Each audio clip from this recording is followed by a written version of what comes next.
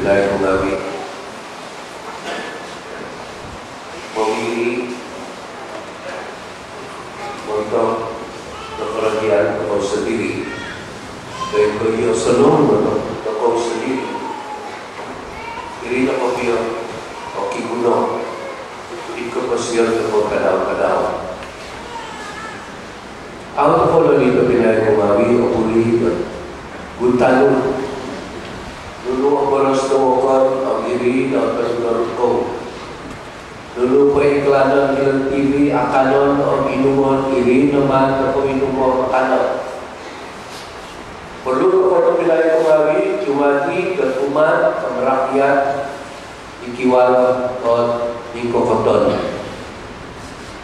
Ikali ng Pinay Kungawi sebagai umat lebih-lebih po.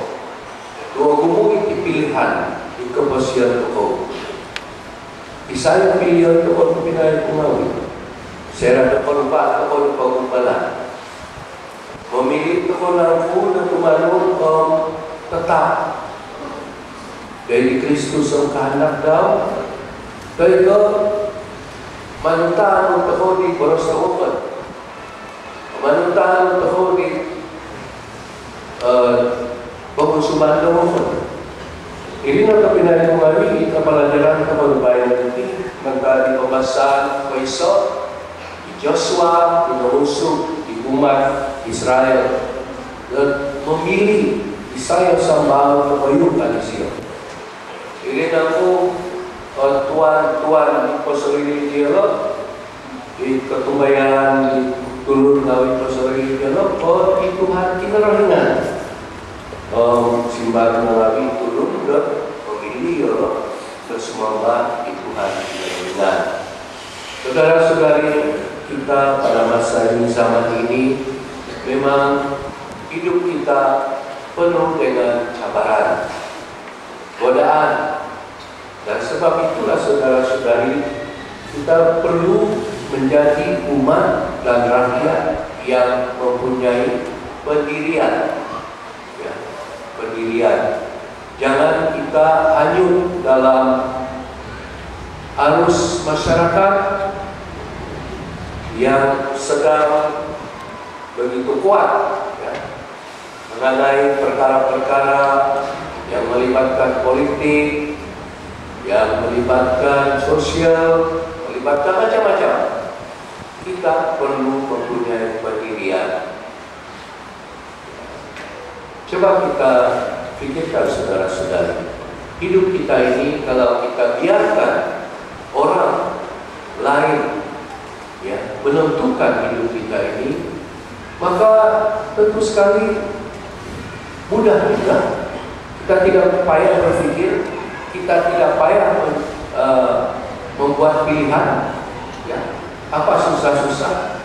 Kalau iklan di TV bilang Malaysia kita sudah merdeka 55 tahun. Ya betul, tapi kita mesti pikir apakah benar itu? Atau hanya Malaya yang merdeka 55, salah dengan Sarawak berapa? Kita mesti pandai berpikir. Demikian juga saudara-saudari dengan iklan-iklan di TV, membawa iklan apa yang bagus untuk dimakan, apa yang bagus untuk diminum, apa yang bagus untuk itu dan ini dan itu nanti kita ikut. Jadi kalau inilah cara hidup kita saudara-saudari, sampai bila kita pandai memilih sendiri, mempunyai pendirian sendiri. Perlu saudara-saudari, ini dalam hidup kita sehari-hari. Dalam iman juga saudara-saudari, perlu kita membuat pilihan. Ya memang di sekeliling kita pada masa ini begitu banyak sekali tarikan. Ya, tarikan percaya kepada agama itu, agama ini dengan tarikan masing-masing. Ada peluang, ada uang. Sebagai umat Kristen, pengikut-pengikut Yesus, kita perlu pandai memilih, berani memilih, dan berani bertindak lain daripada yang biasa. Jangan kita menjadi umat ikut-ikutan. tidak ada pendirian. Sebab itulah saudara-saudari, mengapa kita ini selalu saya katakan ramai sekali. Kuantiti tidak ada masalah, tetapi kualiti iman perlu kita benar-benar bangunkan dalam diri kita, dalam keluarga kita, dalam dimana, ya, dalam KKD kita, misalnya. Ini penting. Karena tanpa pendirian saudara-saudari, memang kita terus-menerus menjadi hamba kepada idea-idea, slogan-slogan orang lain, idea-idea, slogan-slogan agama lain, dan sebagainya.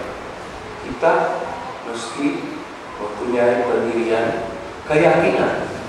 Kita sudah dibaptis, sudah berjanji mengikut Yesus, dan memang kita akui kita ini lemah. Tetapi waktu kita dibaptis, kita telah menerima Roh Kudus yang membolehkan kita.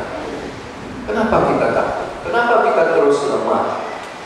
Itulah sebab tiap-tiap hari kita perlu berdoa kepada Roh Kudus, minta kekuatan, minta kebijaksanaan supaya pandai memilih dan memihak kepada Yesus Tuhan kita. Tetapi saudara-saudari, sebelum kita dapat melakukan itu dalam diri kita, dalam keluarga kita, perlu kita pahami bahwa iman Kristiani kita adalah bersifat relasi pribadi dengan pribadi Yesus. Bukan, kepercayaan kita ini bukanlah berdasar kepada idea, berdasar kepada slogan, berdasar kepada apa itu dan ini, tetapi seperti kata Sri Paus Benedict XVI, iman kita perlu berasas kepada pribadi Yesus.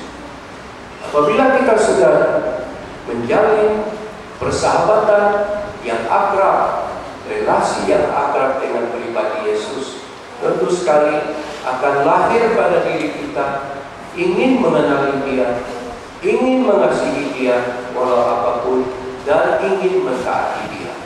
Inilah saudara-saudari dasar yang kuat yang perlu kita tanam, perlu kita tumbuhkan dalam diri kita untuk menghadapi cabaran-cabaran iman semasa ini.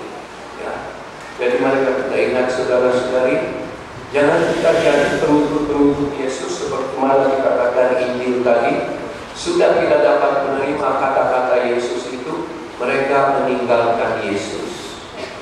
Yesus bertanya kepada setiap kita, lebih-lebih apabila kita berhadapan dengan cabaran iman, apakah kamu juga mau meninggalkan aku?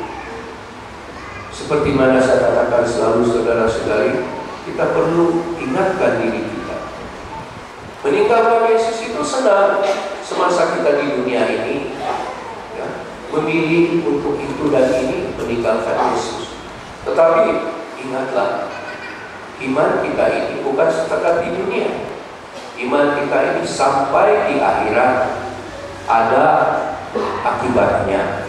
Itulah sebab Yesus mengatakan, kalau kamu memihak aku, ya, memilih aku semasa hidup kamu di dunia ini, aku juga mengenal kamu, memihak kepada kamu di hadapan Bapa-Ku di surga.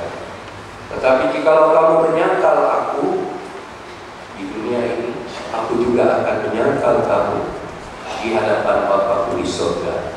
Bacalah Matius 10 ayat 35